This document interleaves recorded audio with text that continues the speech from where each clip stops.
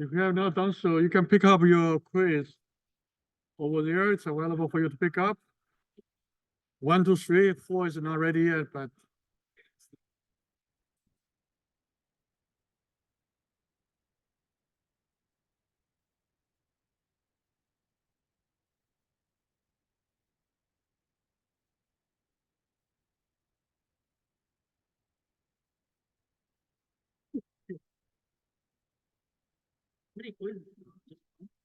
It's just 3. 1, 2, 3.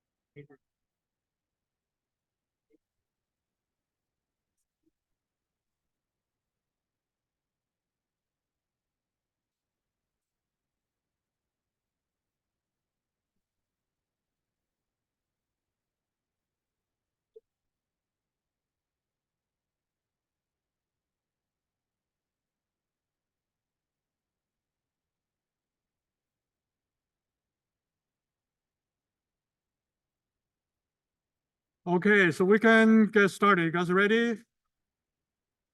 Okay. Yeah, let's let you guys stop the discussion so that I can continue my talk. All right, so we're gonna have a quiz roughly at 6 o'clock today. But so today we're gonna cover the last portion of chapter 9. I think last week, I think I said that I'm gonna skip section 9.5. But I think, but after carefully looking at the contents, it will be very difficult to skip the whole thing without losing like trouble at the next section. So I'm gonna go through the very first 2-3 pages of section 9.5. So let's do it. So we're gonna do section 9.5, but we're gonna do very like small portion. Let's see how many pages I'm gonna cover. 1, 2, 3, 4. Yeah, maybe 4 pages. And then we're gonna go to we're gonna go to section 9.6. Yeah. Then we're gonna cover section 9.6. And for 9.6, I'm gonna cover it in the backwards. So I'm gonna cover the BJT op-amp first. And then we're gonna, if we have time, we're gonna go back cover the 2-stage MOS amplifier. So let's dive into it. So the first thing we need to understand is that when we talk about differential amplifiers, there's 2 input terminals. So you can apply your input to the 2 terminals. So you don't need a ground for input. But for single-ended, like for single amplifier, you always need a ground. So if I can draw the same thing so you guys can understand what I'm talking about. For the previous amplifier like this,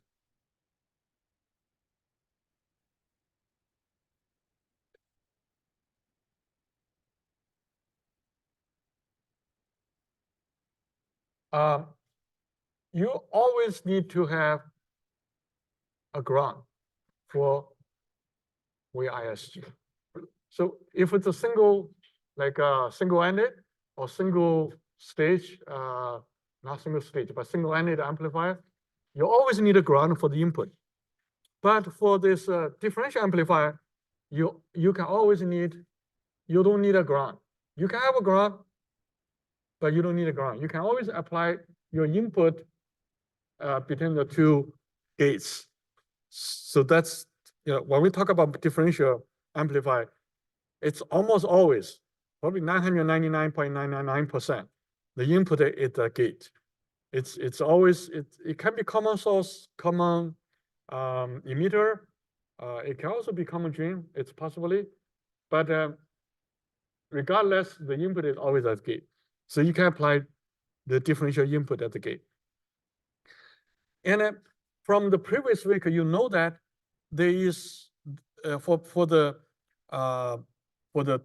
differential two differential inputs at the two gates. You also get output as a differential output. If you remember, I'm going to draw this here so later I can erase this one. We have like we take the output between these two. So you look at these two VO, which they're taken in between something like two resistors. So the way out does not have the ground. So it's actually also, it's called differential in, differential out. But sometimes, almost all the time, that at some point, we need to have the output connect to ground so that we can make use of it. So how do you connect a differential input to get a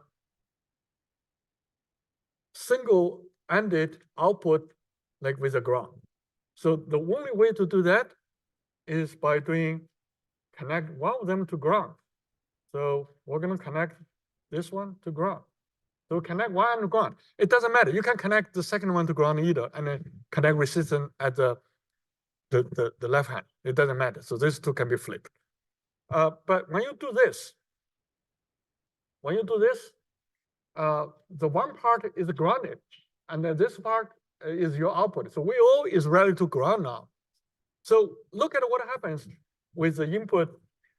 If we draw the equivalence, the small signal equivalent circuit, and then we'll be able to find what the gain we'll get.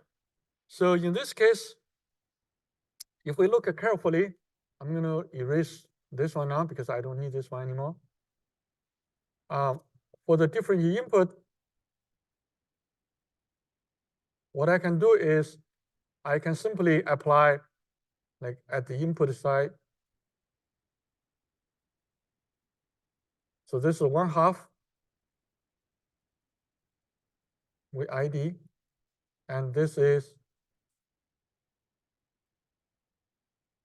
negative 1/2 with ID. Now, one of the students asked me today, on the right hand, can I flip the voltage like plus minus sign? I said, yes, you can. If you flip the sign, you will put a positive 1/2 VID on this side. So it's the same thing. But you cannot flip, but it's still write minus. So we get the equivalent circuit will be something like this. You got input coming in, and you have, okay, now we're going to have this RO1, and we're going to have this one connected to ground. Okay, and then this one too is going to be, and then the other side is where we get this output.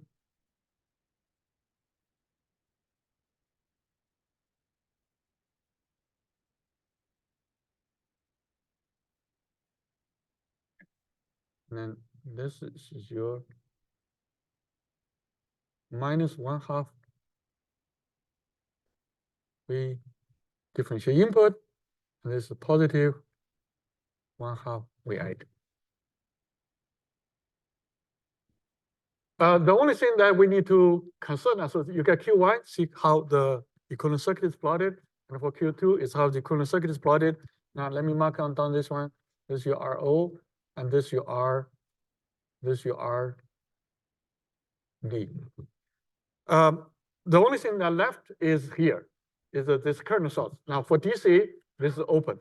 So we will open this one, but the two sources are connected, which means we're going to connect it over here.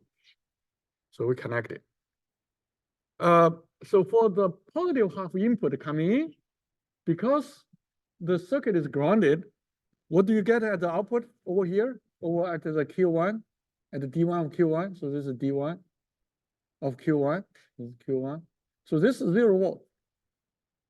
You might say, oh my God. So you got the input in, you got a 0 output. How can that happen? Well, you do have equivalent circuit, but you see that current, what that current is doing, it's circling around its internal resistance RO. So over here, it's important to include the RO, otherwise like your current source would have nowhere to go. And then at the output side, we have our VO equal to minus GM times 1/2 VID, and then times RD in parallel with RO. And then here we can get our gain, which is VO over VID equal to 1/2 GM times RD divided by RO. So this is our gain for single-ended. So you might already notice the gain value is only half of the differential amplifier when we have both connected, not to ground, but to that RD. So if you have, so this is only 1/2 A0, okay? So this is what would you get for the gain? So you might say, okay, okay, so here it gives actually the equivalent circuit that what I drew earlier, but in this case, they didn't draw the actual, the model, but simply used the already previously derived concepts to get output. So the output here, as I wrote, is 1/2. So from here, this equation here is given. So again, we don't need to write it. But simply what I want to rewrite is A in this case is equal to 1/2 AO, where AO is the differential gain. So the gain is only half. So by doing a single-ended output, so which means from differential input, get a single-ended output, we lose half of the gain, which is not good because ideally we want the whole gain to be available to us. Now, how can you make that happen? This is where this concept kicks in. Instead of grounding the drain of Q1, connect a current source. This is very interesting because we have current source available. So if you look at this circuit over here, the bottom two forms a differential pair. The top two forms a current mirror.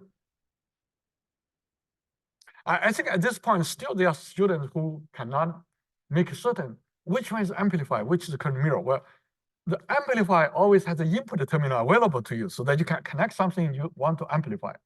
The current mirror already have something that is already connected to something. You see in this case, the Q3 and Q4, the gate is already connected to something. You cannot connect the input to the gate of Q3 and Q4. So that's why Q3, Q4 form a current source, and Q1 and Q2 forms an amplifier. So you remember from our previous discussion, when you have a current source, the whole thing actually changes. The reason is that each current source has its own output resistance, which is typically RO, and depends on how many cascades you want to put up. If you put 2 cascades, you actually get GM times RO and then times RO. That gives you much higher output resistance of each current source. But in this case, in this example, we only have one current mirror, which the output connect to VDD. So therefore, each one is going to have its own like a internal resistance, RO, that we can use. So in this circuit, we can do a few analysis. You can do common mode, you can do differential mode, and then we can look at what is output. So in the book, it actually has a very beautiful illustration, and I don't have really to redraw it, but I can go step by step, then I'll show the correct display. So in this case, if we assume this is I, how much current will be in each one of Q1 and Q2? I mean, we can look at the DC case. So each one of them will be 1/2 Y, each of this.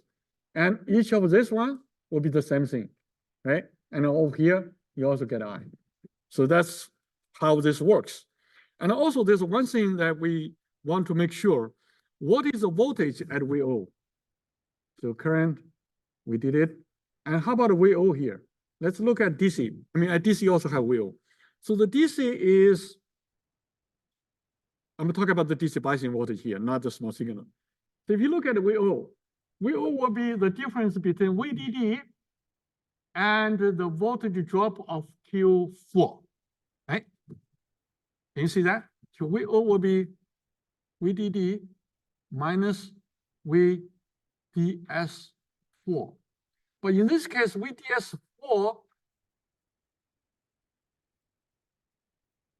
VDS4, because the,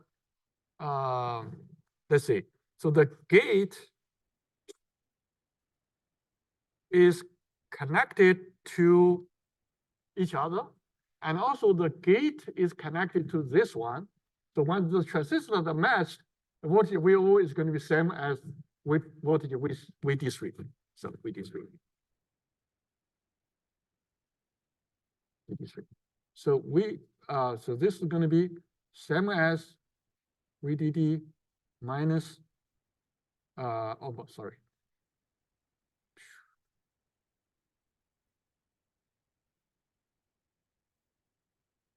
So VO is going to be same as VD3. And VD3 is going to equal to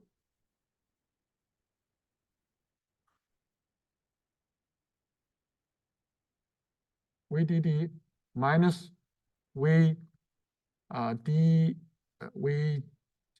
VDS, sorry, no, this is source. This is source. This is drain. This is drain. I made a mistake here, so it should be VDS. So it should be VSD here.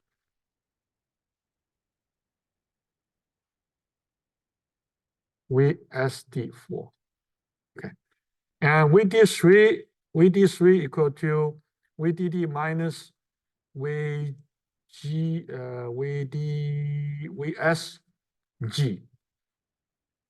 VSD, which is equal to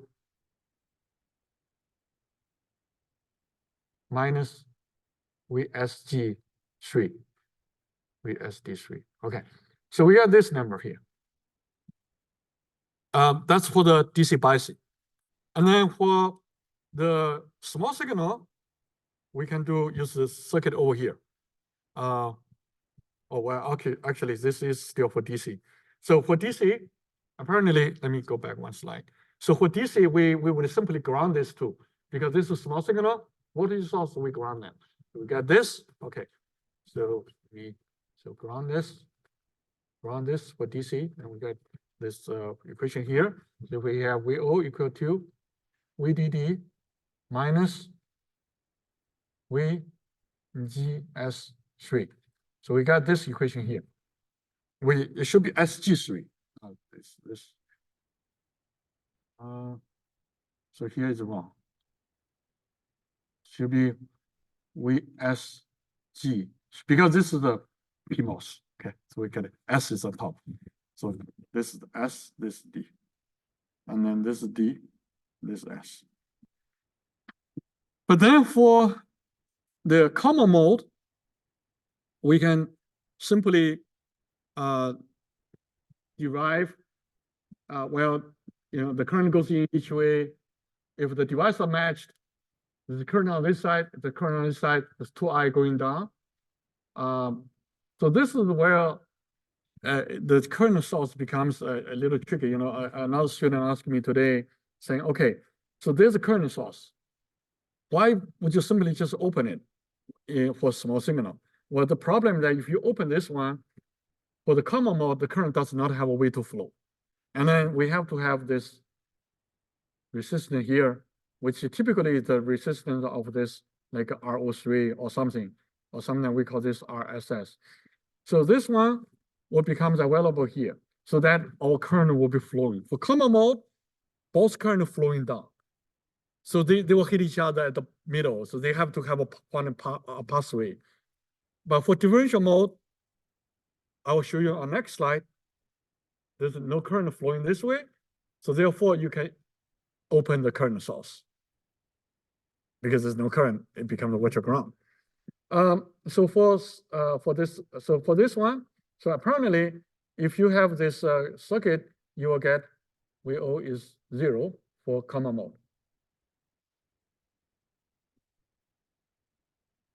If you want, you can draw the small signal equivalent circuit, and you will still find the same thing.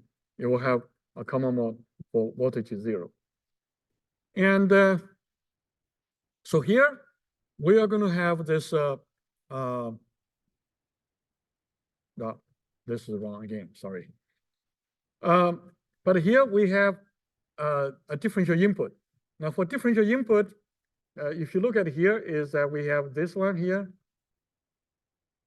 and then we have this one here, which this is minus VID over 2, this VID over 2.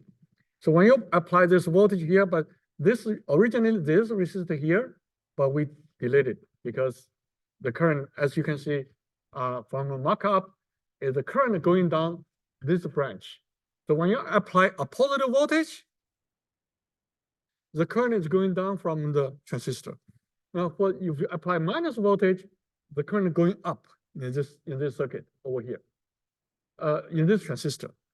So you might, okay, I guess some people might doubt, okay, it's a transistor, it's supposed to be conducting current this way. Well, remember, this is small signal. This is not exactly DC current. So what it means really, if you look at the actual current, if this is your X, your current is like this. So your current actually can go up and down because it's added on top of the DC biasing. If you don't have a DC biasing, this is not possible. In fact, in chapter 11, I believe we're going to talk about the stages, like class A, class B, class C, class D, class E, and so on. And you will see that sometimes it's not possible to have current flowing both ways. But we're going to deal with that later, not right now. So I'm going to erase this one. Okay, so what did it tells you that you have current going down this way?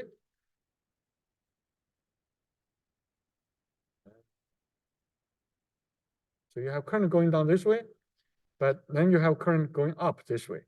So current going down this way. And when the current going this way, you got it here. So the current is VID over 2 over GM.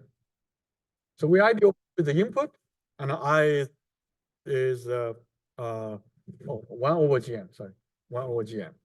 So 1 over GM is resistance. Remember, in the T model, we always convert this GM times VGS to 1 over GM. So this is what they have done here. So convert this resistance into 1 over GM, so you get the current over here. On the right hand, you got I also same thing. You got I equal to minus basically minus VID over 2 over 1 over GM. So one current going down with positive, the other current is negative. That's why it's going up. So you form a loop. You form a loop over here. So when the current of Q1 going down, there must be a current going down from Q3. You see that? So Q3 and Q1 has the same current on this branch. So how about the other guy, Q4? Can you say that Q4 will also have a current going up? Why not? Because it's a current mirror. The current mirror is supposed to mirror the current of Q3. So that's why Q4 will have a current going down. So now you see a problem. So Q4 have a current coming down, Q2 have a current going up. When they meet in the middle, where would they go? They clash, right? So they have to go out. So that's why over here, going out, you get 2 times I. So you here have a lot of resistance connected, like you have resistance connected RL, and you will have your output VO equal to 2I times RL. And this I equal to VID over 2 over 1 over GM times RL. And then this gives you times 2I. So you have 2 over here. So 2 cancel. So you get equal to VID times GM times RL. And if we move the VID on this side, we get OA equal to VO over VID, which equal to GM times RL. You remember how much we get for the single-ended? It's 1/2. So here, your gain is actually the same as if you have a single end, as if you have if you're taking differential output. So by this time, we already concluded that with a differential amplifier, you can have a differential in, you have a differential out, which gain is A0, the intrinsic gain. You can have a differential input, single-ended output with a resistive load, and you will have half of the gain. And you have differential input, single-ended gain, single-ended output, but with the current source, you have the same gain as the differential in and differential out. That's what we have. Well, so basically, we can say that if we call this, sometimes I think they call this AID, is AO, and then your single-ended. I don't know how do you call single-ended. Let me see what they call it. Yeah.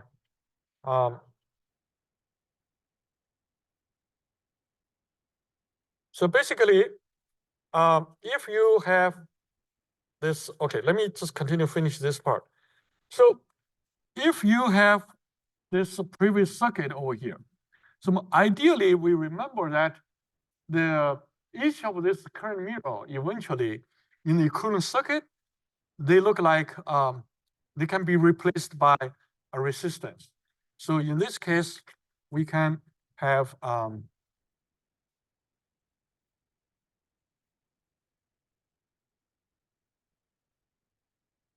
let me draw the circuit of the other one.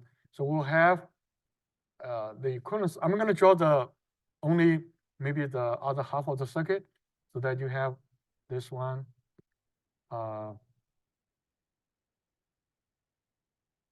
See, okay. Come here.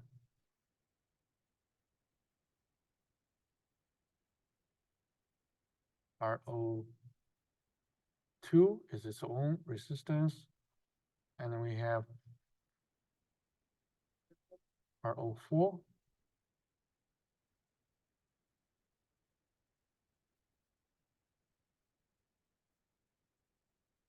And this is a GM times 1/2 the ID. But so right now we draw half of the circuit, but because there's two circuits in parallel, and eventually you know that this is VO is 2 times GM times VID over 2 in parallel with RO2 in parallel with RO4. And this 2 cancel, so you have GM times VID times RO2 in parallel with RO4. And you get your A equal to GM times RO2 in parallel with RO4. Okay, so if RO2 equal to RO4, you will have A equal to GM times RO2 over 2 when they are in parallel. This, if you plot this like this, we don't have a load. Like initially I said there's a load connected over here, but if you don't have a load, we get the gain that does not have RL. If we do have RL over here, like if R is a small number, and your gain will become something like this. Your gain will become A equal to GM times RO2 in parallel with RL in parallel with RO4. So without RL, you probably know the name is called it's intrinsic gain, which means there's no load connected, you get a certain gain, like an open circuit gain. But in this case, in fact, because it's single-ended, we cannot have an open circuit. So ideally, you wouldn't get a gain at all, even though there's an intrinsic gain. That's only meaningful for theoretical analysis. In real life, you will not get a gain. So that's what we have for the for this one. So if you guys come back to read it, it will be in the book. It will be I don't have page numbers, but it's 9.5. The first like a three pages that you got. And then the rest of the gain, they derived everything, which basically the same thing we repeated, from our previous work. It's not that important. So I'm gonna move on now to a 4-stage op-amp. This op-amp is like the oldest op-amp that we have. Actually, we still use them. You can still buy them. Something like what is it called, 322 or something. I forgot the part number. So they still use it. They have this for this circuit. I want to go over two things. One is I want to go over the DC biasing analysis so that you can at least review what you have learned so far, and then we look at the small signal gain. So let's start by identifying the stages of the amplifier. So I call it 4-stage. Can you guys point to me? Like this one has a resistance, it got current source, current mirrors, and also got the amplifiers. So let's start looking at which ones are current sources. We can name them by Q, right? So Q9 apparently is a reference current, and the gate are connected, you can see right away. So this is current mirror. So Q3 is a current source. And then Q6, right? So Q6 is a current source. But you see what, do you remember what this means 4 times? So if this has a 4 times area, then this one, which means the current of this one will be 4 times higher, not higher, but 4 times of Q3 or Q1 or Q9. Okay, so we identify that. Okay, and then look up. If you look at Q1 and Q2, they have input connected, right? So apparently it is a differential amplifier. So it's a one pair. So this is your first stage. It's a differential amplifier. Okay, then we look at the Q4 and Q5. So at this point, if you still have a doubt, you just, okay, well, the gates are connected to something. But the gates are not connected to other gates. You see, for this one, the gate is connected to other gates, but that one is not connected. Rather, what is connected? If you look at Q4 is connected to the output of Q1, right? So this is your output, remember. And the Q5 is connected to the output of Q2. So which means Q4 and Q5, they are one pair because they got a differential input. Because the stage 1 is differential in, differential out. Because you see at the top, R1, R2, they have 2 resistance. You have 2 load resistance, basically. So they are connected. So therefore, Q4 and Q5 have a differential input. Now look at what is connected to Q4, up. For small signal, it's ground. But Q5, output is at its collector, it goes somewhere, okay? So for now, we know that. So what do you call Q4 and Q5? What do you call Q4 and Q5?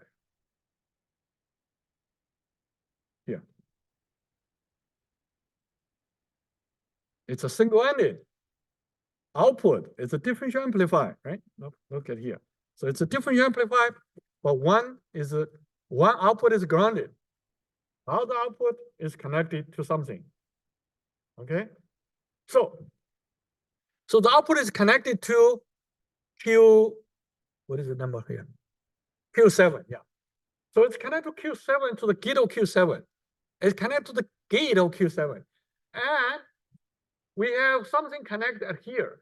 So apparently this is amplifier. So Q7 is amplified. So the gate is connecting input and there's output. There's output. So Q7 is amplified. So what type of amplifier do you have for Q7? It's a PMOS.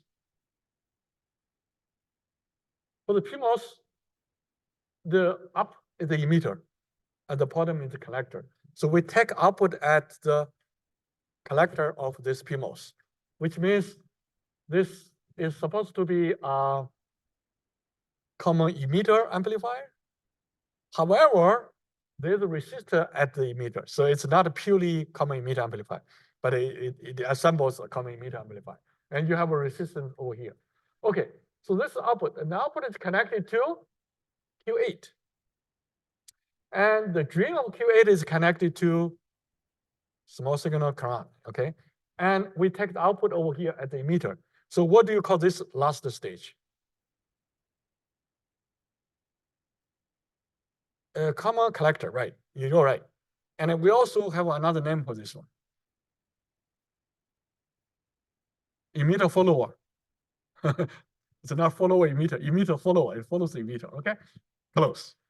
So the last stage is a emitter follower. So we have 4 stages. So we can go over like each of the stage. First stage, we can draw the small signal model like this one. And I'm gonna back and forth a little bit so you guys get better. So this is one stage. Now, the only difference when I took out of stage 1, what I did is instead of connecting the output of Q1 and Q2, the differential output to the second stage, I connect resistance.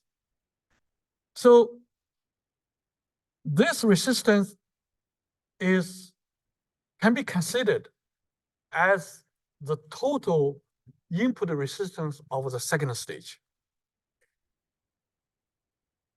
So basically, what we are doing is here, what we are saying is that we are looking this one as stage 2, 3, and 4. So for the whole thing, for the rest, we use equivalent resistance to replace the whole, like, eventually. So which means we can do the analysis on this one. We can find the gain, and then we can do pretty much everything on this circuit. Now now the output, of course, RO is only a representation of the following stages. In order to get the actual what happens to the second stage, we need to take out the second stage. So the second stage takes input from the first stage, the differential output of first stage, V1. They connect here, Q4 and Q5. And we get output at the drain of Q5. Now we are saying, okay, I can represent the rest, which here is stage 4 and 5. So stage 4 and 5 is the equivalent resistance over here. Include what? The resistance RO.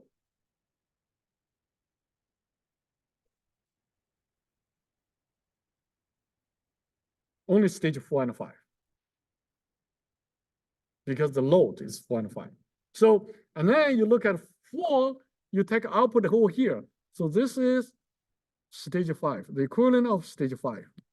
Yeah. So, and then of course, the last stage is only input coming in, emitter follower. And we know that for emitter follower, VO is pretty much same as VO3. And they increase dramatically the output resistance. So output is reduce the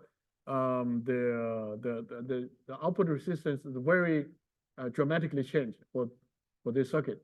So when you look at this one, so what you're saying is that, okay, if I can get the equivalent of each stage, then I can analyze the circuit stage by stage. Eventually, I will get the gain, and which eventually the gain is going to be VO equal to is something A times like V ID. So the gain is VO over V ID. So this is what eventually we need to get.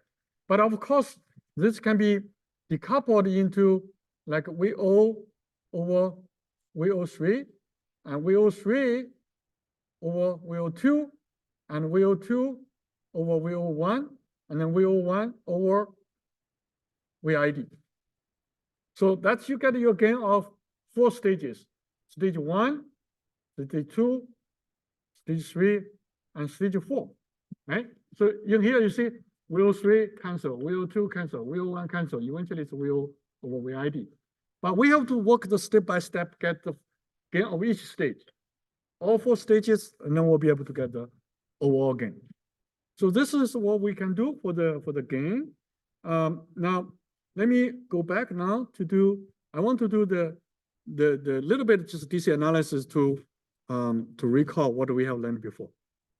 So to get the DC values, we're talking about the DC biasing.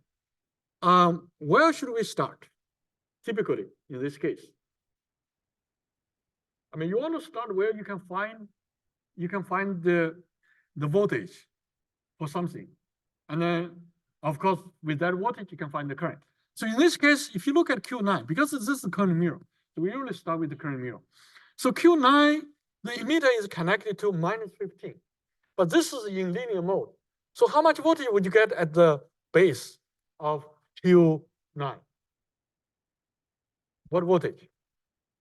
Here. It has to be 0.7 higher than here. 0.7 higher than -15. So this will be -14.3. Okay, so we can write down now. So -14.3. So if this is -14.3, and this is the ground, can you find the current on this one? So which 0 minus 14.3 divided by 28.6, we get how much current? We got the current over here. 0.5 milliamps. Okay. So, and then if that is 0.5, how much we get over here? 0.5 milliamps. Okay. And how much current over here? 2 milliamps. Okay. Okay. Now, how much current over here? 0.25. And also current over here. Now we neglect the current over here because this is the reason that we, like I showed, bed is big. Okay, so we can neglect it. So one better approach infinity, which also, for the MOSFET, you can do the same thing. Okay, so and then how much voltage we're going to get it at the drain of these 2 resistors? They're going to be the same. So this is 15 volts, right? So 15 volts minus the voltage drop on that resistor, 20 kilo ohm resistor, we get the voltage at the drain. So 20 times 0.25, we get 5 volts, right? 5. So 15 minus 5, we get 10 volts. Okay. So then that we are running out of options if we don't do it further. So okay, so look at it here. In this branch, this is 2 milliamps, but we don't know the voltage over here, right? However, if you look at Q4, what happened? The voltage at Q4, do we know? At the base, it's connected. So we have here, we have how many volts? 10 volts. And here too, we have 10 volts. So we get voltage here is 10 minus 0.7. That's 9.3 volts at the emitter. Okay, so we have 10 volts here. And then we have, let's see, what else we have?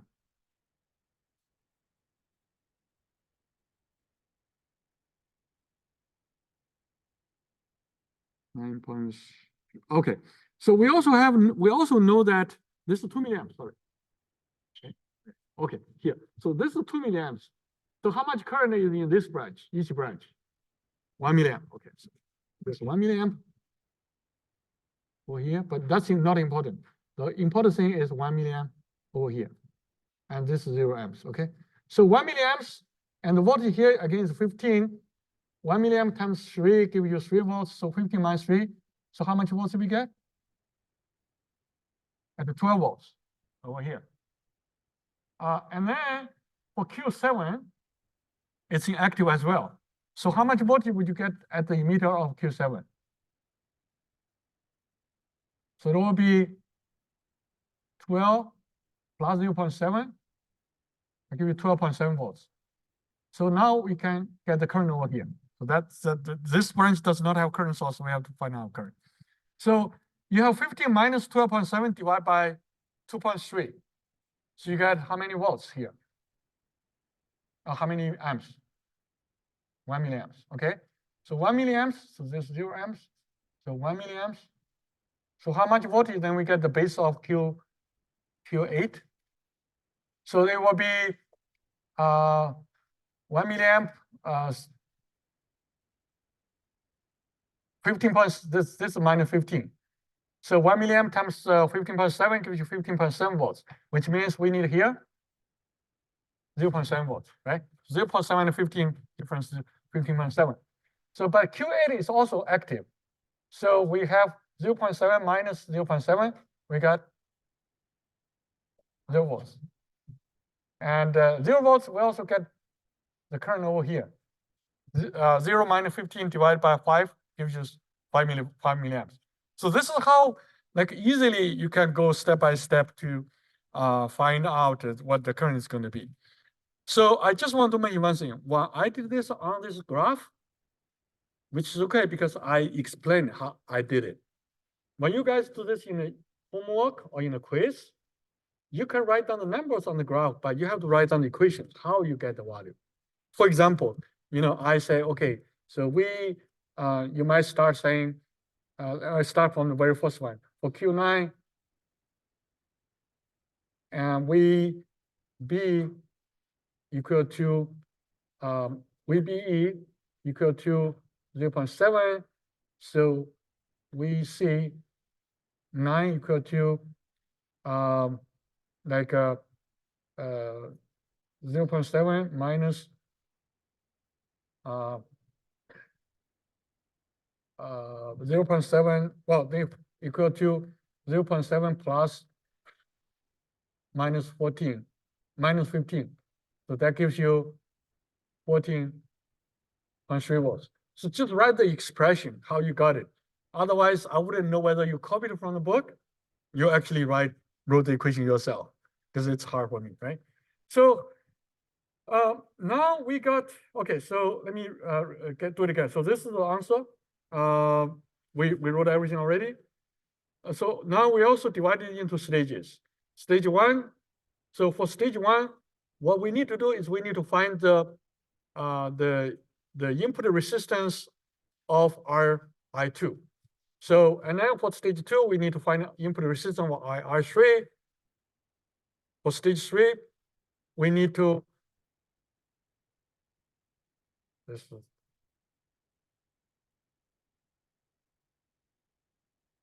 we don't have 5 stages. We have only stage 4, okay? And then final stage, of course, there's nothing. So if we want to do this, like stage by stage, what we need to do is the first thing is that in addition to the pi model, or in this case, we can use pi model on this one. We can use the T model. For this one, and for this one, we can use also T model, which is easy. And for this one, we can use pi model. And for this one, also we use pi model. But you can easily find the gain of each stage if you assume you know Ri1, Ri2, Ri3, and Ri4. So the difficult part really is go back to solve for this input resistance of each stage. So in the book, it also had another way to solve for the gain. Instead of using the voltage, we can also use current to get the gain. So when we use current to get the gain, we can look at, so what happens, look at it here. So instead, we're gonna assume the kernel each one. So this IE8, IB8, IB7, IC5, B4, B5, and C1, C2, and I. So we got all these currents. Now we can say, okay, so basically we have R O times IE8. If we use RO, no, R6, R6. What do we get for this voltage? You get VO. You see, if you use the current multiply the voltage, you get VO. And for the input side, we can have VID equal to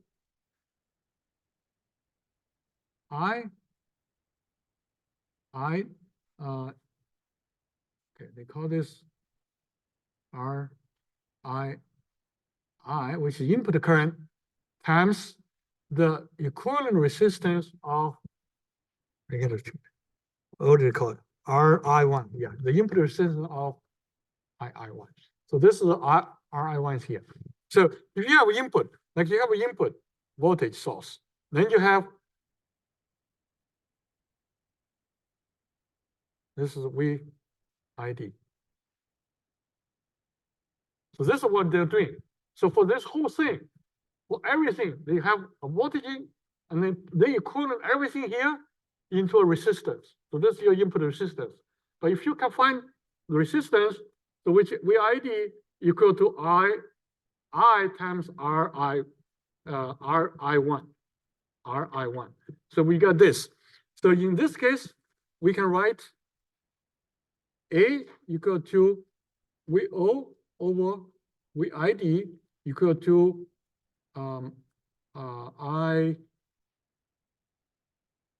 IE8 divided by II times R6 over RE.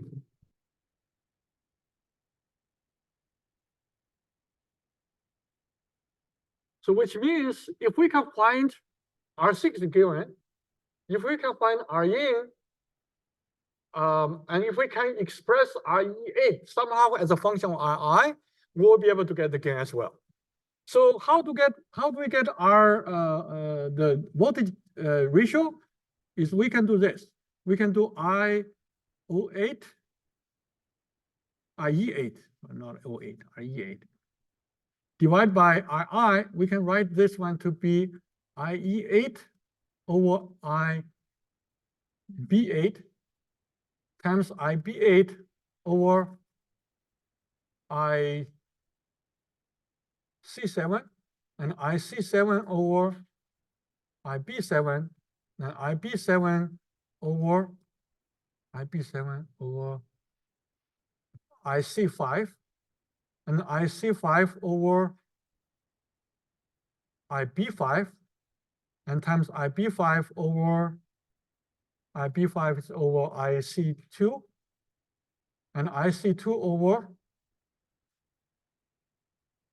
II. Okay, so if we, again, similar to what we did from the previous slide, we simply add some, like, instead of IE8 over II, we're going to, okay, use this one divided by this one. Basically, we use this voltage, this current divided by this current. And this current divided by the input current over here. And this, and this. Okay, so eventually we got this. If we have this one, and if we can solve for R in, and we know R6, then we'll be able to get the gain. So the next step is, okay, what do we get for all these I, the ratios? But if you look at this one, for example, you look at this one. How much is this one? Well, this is the emitter current over the base current, which is beta plus 1.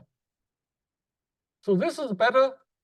If the transistors are not identical, we put it beta 8. If they're identical, it's just simply beta. Okay, so now we got this one. How about IC7 over B7? This one, and this is beta 5. And then, yeah, so we got the 3 betas in that circuit, and we also have IC2 over II. So, and IC2 over II, and this is also a beta 2. Beta 2, because II, see, so I equal to IB1, right? So IB1 over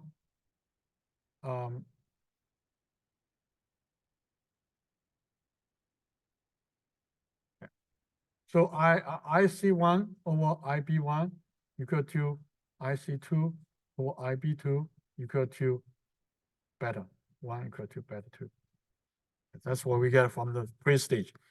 So right now you have a 1, 2, 3, 4, 5, 6, 7. You have 7.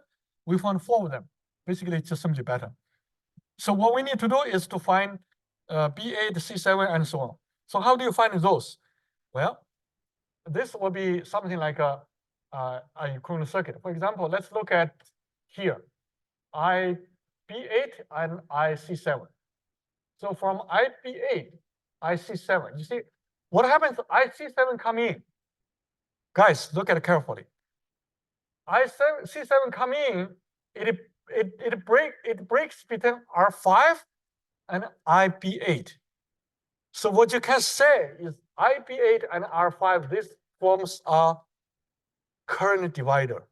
So when current comes in from IC7, it splits between IB8 and R5. So if we can equivalent this one to some sort of resistance, not this one for sure, it's IR4. So this is what I'm gonna want to say is, so if you have this one come in,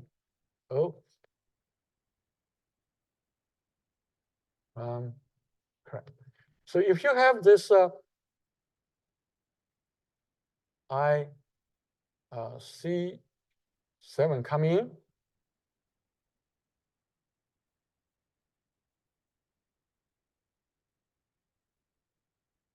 R5,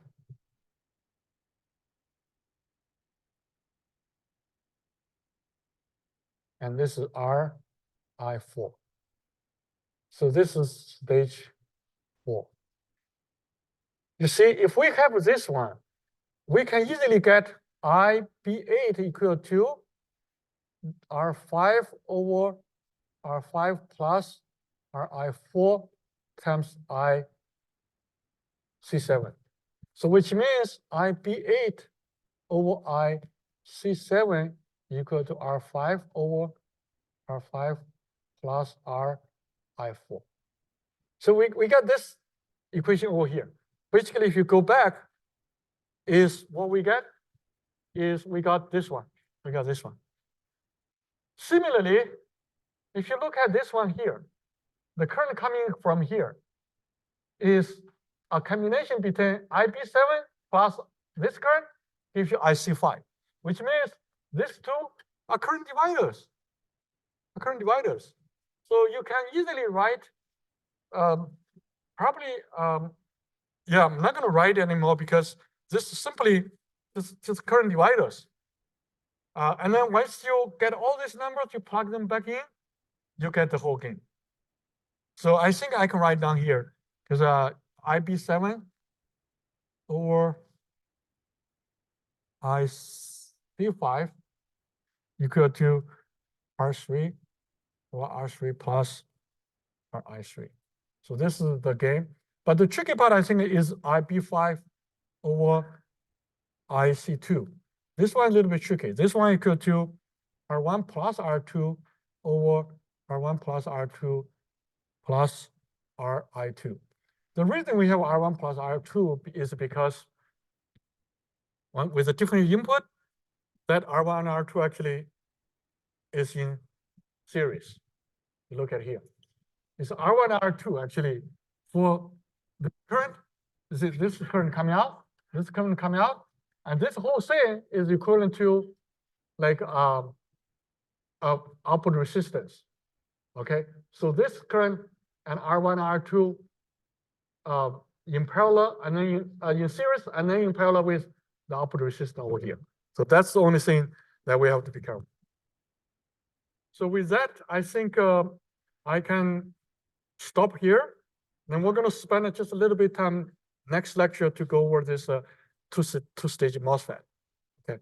So the key for you guys, the key, especially for multi-stage, the key is to understand the procedure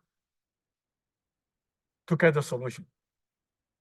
It is not critical to get the actual numerical answer, because sometimes if if I solve this multi-stage, the DC is easy. But if I want to solve for the AC stage, given numbers, I would have to spend like hour or maybe even 2 to get the actual result, because the numbers are very difficult. Sometimes you make a mistake, somewhere.